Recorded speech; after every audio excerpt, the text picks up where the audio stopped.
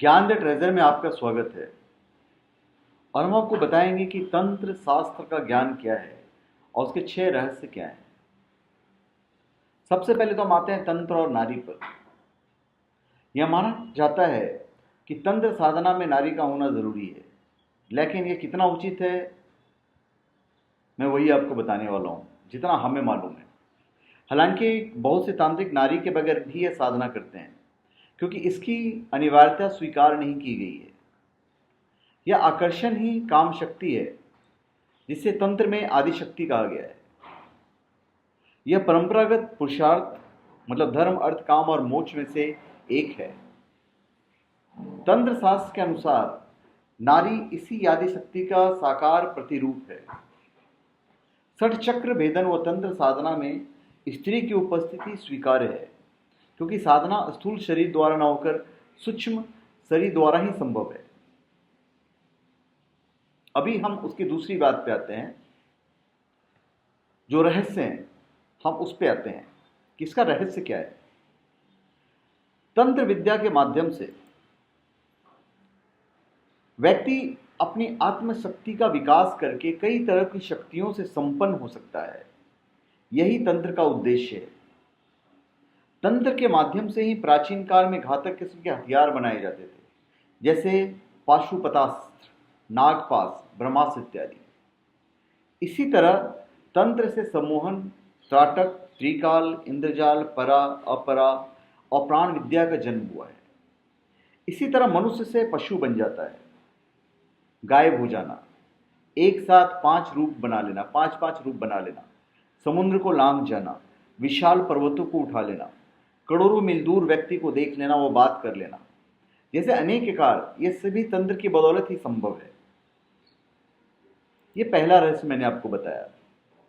इसी तरह हम आपको 6 रहस्य बताने वाले हैं। तो इसका जो दूसरा रहस्य है हम उसके बारे में आपको बताने वाले हैं कि दूसरा रहस्य क्या है। तंत्र के प्रथम उपदेशक भगवान शंकर और उसके बाद भगवान दत्तात्रेय हुए। बाद में 84 सिद्ध, योगी, शाक्त और नाथ परंपरा के प्रचलन रहा है। इस परंपरा में गुरु गोरखनाथ और नवनाथों का उल्लेख करना जरूरी है। गोरखनाथ के जो गुरु थे वो थे मत्स्येंद्रनाथ। यहाँ ऐसे हजारों तांत्रिकों के नाम गिनाए जा सकते हैं जिन्होंने तंत्र को एक नई ऊंचाई पर पहुंचाया है, सिद्ध एवं मोक्ष प्राप्त करने के नए मार्ग खोजे हैं। क्योंकि तंत्र कोई छोटी मोटी चीज नहीं है, जिसमें यंत्रों के स्थान पर मानव अंतराल में रहने वाली विद्युत शक्ति की या विद्युत शक्ति को कुछ ऐसी विशेषता संपन्न बनाया जाता है जिसे प्रकृति से सूक्ष्म परमाणु उसी स्थिति में परिणित हो जाता है जिसमें मनुष्य चाहता है। पदार्थों की रचना, परिवर्तन और विनाश का बड़ा भारी काम बिना किन यंत्रों की सहायता के तंत्र द्वारा हो सकता है। विज्ञान के इस तंत्र भाग को सावित्री विज्ञान या तंत्र साधना, वाम मार्ग आदि नामों से पुकारते हैं। तंत्र शास्त्र में जो 5 प्रकार की साधना बतलाई गई है उसमें मुद्रा साधन बड़े महत्व का और श्रेष्ठ है।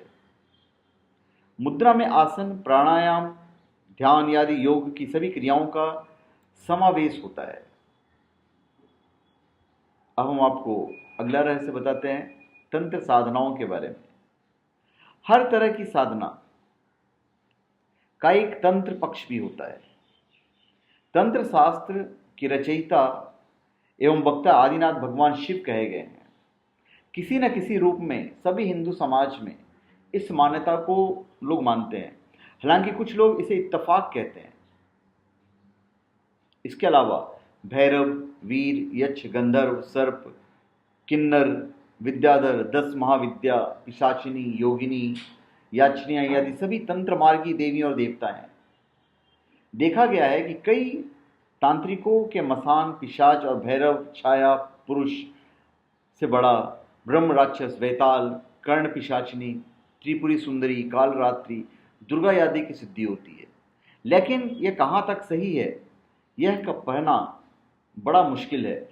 बड़ा ही घोर विषय है ये इतना आसान नहीं है कि लोग इसे समझ जाएं। जो तंत्रों का जो खेल है या जो साधनाएं हैं, अभी ये तंत्र साधनाएं कैसी होती हैं?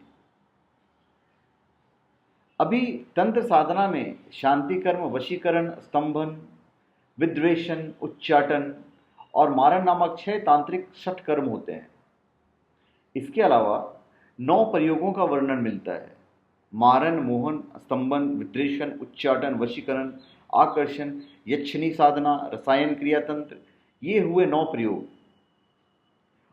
सभी को करने के लिए अन्य कई तरह के देवी देवताओं की साधना की जाती है। अघोरी लोग इसके लिए शिव साधना, शव साधना और शमशान साधना करते हैं। बहुत से लोग भैरव साधना, नाग साधना, पैशाचिनी साधना, याचनी साधना या फिर रुद्र साधना करते हैं।